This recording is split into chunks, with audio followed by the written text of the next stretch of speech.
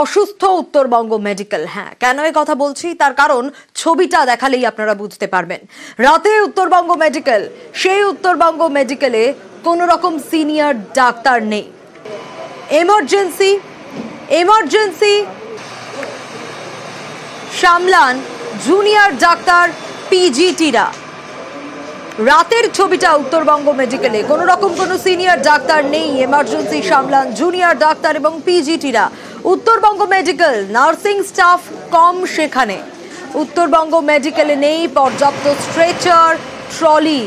রোগীদের পরিবারের জন্য নাইট শেল্টার, সেখানেও জায়গা কম। আর রাত 10টা বেজে গেলে সুলভ শৌচালয়টাও বন্ধ হয়ে যায়। দেখুন কিভাবে স্ট্রেচারে করে নিয়ে যাওয়া না, কিভাবে রোগীকে নিয়ে যেতে হচ্ছে সেই ছবিটা দেখুন। পর্যাপ্ত ট্রলি নেই, স্ট্রেচার নেই, নাইট শেল্টার, সেখানেও জায়গা কম রোগীর পরিবার পরিজনদের জন্য। উত্তরবঙ্গ মেডিকেলের ছবিটা ঠিক এরকমই। দেখুন কিভাবে রোগীকে নিয়ে যেতে হচ্ছে। রোগীর পরিবার পরিজনদের জন্য নাইট শেল্টার না, সেভাবে কোনো রকম কোনো ব্যবস্থা নেই। উত্তরবঙ্গ মেডিকেলে রোগীর পরিবার পরিজনদের সমস্যায় পড়তে হয়। ছবিটা দেখাচ্ছি, রাত 10টা বেজে গেলে সুলভ শৌচালয়ও বন্ধ হয়ে যায়। ছবিটা দেখাচ্ছি আপনাদের, এক কথায় সত্যি ভয়াবহ।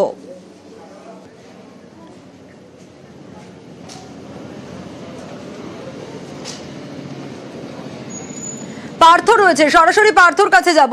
পার্থ, এইরকম ভয়াবহ একটা অবস্থা কেন? এত গুরুত্বপূর্ণ একটা হাসপাতাল, সেখানে এরকম কেন পরিস্থিতি? উত্তরবঙ্গ মেডিকেল কলেজ হাসপাতালে এরকম রোগীর পরিজনরা সবাই সমস্যায়। রাত্রেবেলা জুনিয়র ডাক্তার পিজিটিরা সামলাচ্ছে, কোথায় সিনিয়র ডাক্তার? কেনই বা স্টাফ কম? শৌচালয় পর্যন্ত বন্ধ করে দেওয়া হয় রাত্রেবেলা।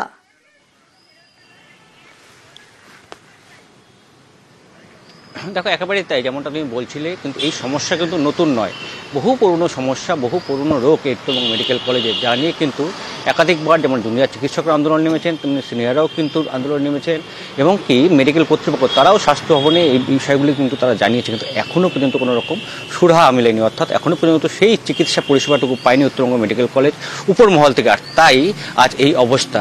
যারা দূর দূরান্ত থেকে কিন্তু এখানে রোগীর আসেন, একমাত্র উত্তরবঙ্গের রেফারেল হাসপাতাল বলতে গেলে নর্থবেঙ্গল মেডিকেল কলেজ, যেখানে একেবারে অসম সীমান্ত থেকে শুরু করে অন্যদিকে বিহারের যে কিষানগঞ্জ, সেখান থেকেও প্রচুর রোগী তো আসেই। আর গোটা উত্তরবঙ্গের বিভিন্ন জেলার কিন্তু ভরসা স্বাস্থ্য ব্যবস্থার একটা বড় ঠিকানা কিন্তু উত্তরবঙ্গ মেডিকেল কলেজ, যেখানে পর্যাপ্ত চিকিৎসক নেই। এমনকি যে রাতে, অর্থাৎ যে রাতের মেডিকেলে কিন্তু সিনিয়র চিকিৎসকদের দেখা মেলে না, এমনটাই কিন্তু অভিযোগ করছেন রোগীর পরিবার এবং আত্মীয় স্বজনেরা।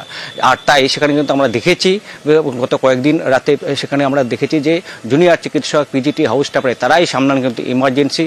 আর রাত যত বাড়ে ইমার্জেন্সিতে কিন্তু ততই অ্যাম্বুলেন্সের ভিড় জমে। কেউ বা আসেন একেবারে আসাম বাংলা সীমান্ত থেকে, কেউ বা পাহাড় সিকিম থেকে নেমে আসেন যা সুচিকিৎসা পাওয়ার আশায় উত্তরবঙ্গ মেডিকেলে। কিন্তু সেখানে একদিকে যেমন পর্যাপ্ত চিকিৎসক রাতে মেলে না, ঠিক তেমনি কিন্তু ট্রলি বা স্ট্রেচার তার সংখ্যা কিন্তু অপ্রতুল। আর তাই কখনো সেই রোগীকে স্ট্রেচার বা ট্রলি না থাকার জন্য কিন্তু বেশ কয়েক মিনিট। কিন্তু এই সমস্যা তো এক দুদিনের নয় পার্থ, বোঝাই যাচ্ছে যে এই সমস্যাটা দীর্ঘদিনের। তাহলে এর সমাধানটা কোথায়?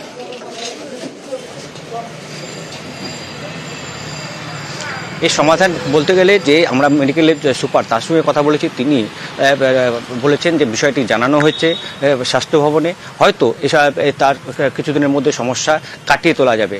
উত্তরবঙ্গ মেডিকেল কলেজের যে রোগী কল্যাণ সমিতি, তার প্রাক্তন এই রোগী কল্যাণ সমিতির চেয়ারম্যান এবং বর্তমানে রাজ্যের যে প্রতিনিধি শিলিগুড়ির মেয়র গৌতম দেব, তিনিও যখন চেয়ারম্যান ছিলেন একাধিক সমস্যার সমাধান করেছেন। তার আশ্বাস বহু সমস্যার সমাধান হয়েছে, আর যেগুলো রয়েছে যাতে রোগী পরিষেবা কোনোরকমভাবে ব্যাহত না হয় সেই চেষ্টা তারা চালিয়ে যাবেন। এবং স্বাস্থ্য ভবনের সঙ্গে কথা বলে, রাজ্যের স্বাস্থ্যমন্ত্রীর সঙ্গে কথা বলে উত্তরবঙ্গের একমাত্র রেফারেল হাসপাতালে উত্তরবঙ্গ মেডিকেল কলেজ, যা গোটা উত্তরবঙ্গ তো বটে, পার্শ্ববর্তী রাজ্যেরও কিন্তু ভরসা, সে তার যাতে সুস্থ পরিষেবা দেওয়া যায় সেই ব্যবস্থায় তারা করবে। কিন্তু কবে মিলবে সেই আশ্বাস কারণ যেই নাইট শেল্টার কথা তুমি বলছিলে, দেখো খোলা আকাশের নিচে এই শীতে কনকনে ঠান্ডা খোলা আকাশের কিন্তু ভরসা রোগীর আত্মীয়দের, যাদের ক্ষমতা নেই সামর্থ্য নেই যে পাশে কোনো লজ বা হোটেল ভাড়া করে থাকবেন, তাতে স্বাভাবিকভাবে একদিকে মশার দাপট, অন্যদিকে কনকনে ঠান্ডা। একদমই ছবিটা যেগুলো দেখা যাচ্ছে পার্থ, সত্যি সেটা ভয়াবহ।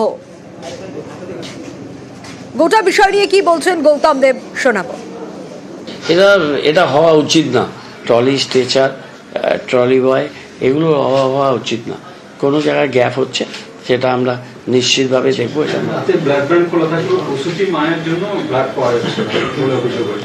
এটা কেন এরকম হচ্ছে কথা বলবো, কথা না বলে এটা আমি বলতে পারছি। আমরা নাইট শেল্টার ওখানে করব, একটা পরিকল্পনা আমাদের হয়েছিল। হ্যাঁ, সেটা কোন জায়গাতে আছে আমি দেখব। বাইরে থেকে এইসব কুকুর বা কোনো পশু তারা ঢুকে না দিতে পারে। সিসি ক্যামেরা অনেক বেড়েছে, নিরাপত্তা ফুলপ্রুফ করা হচ্ছে। সুলভ শৌচালয় রাত্রি 10টা সাড়ে 10টার পরেই বন্ধ হয়ে যায়, 24 ঘন্টা করে দিচ্ছি।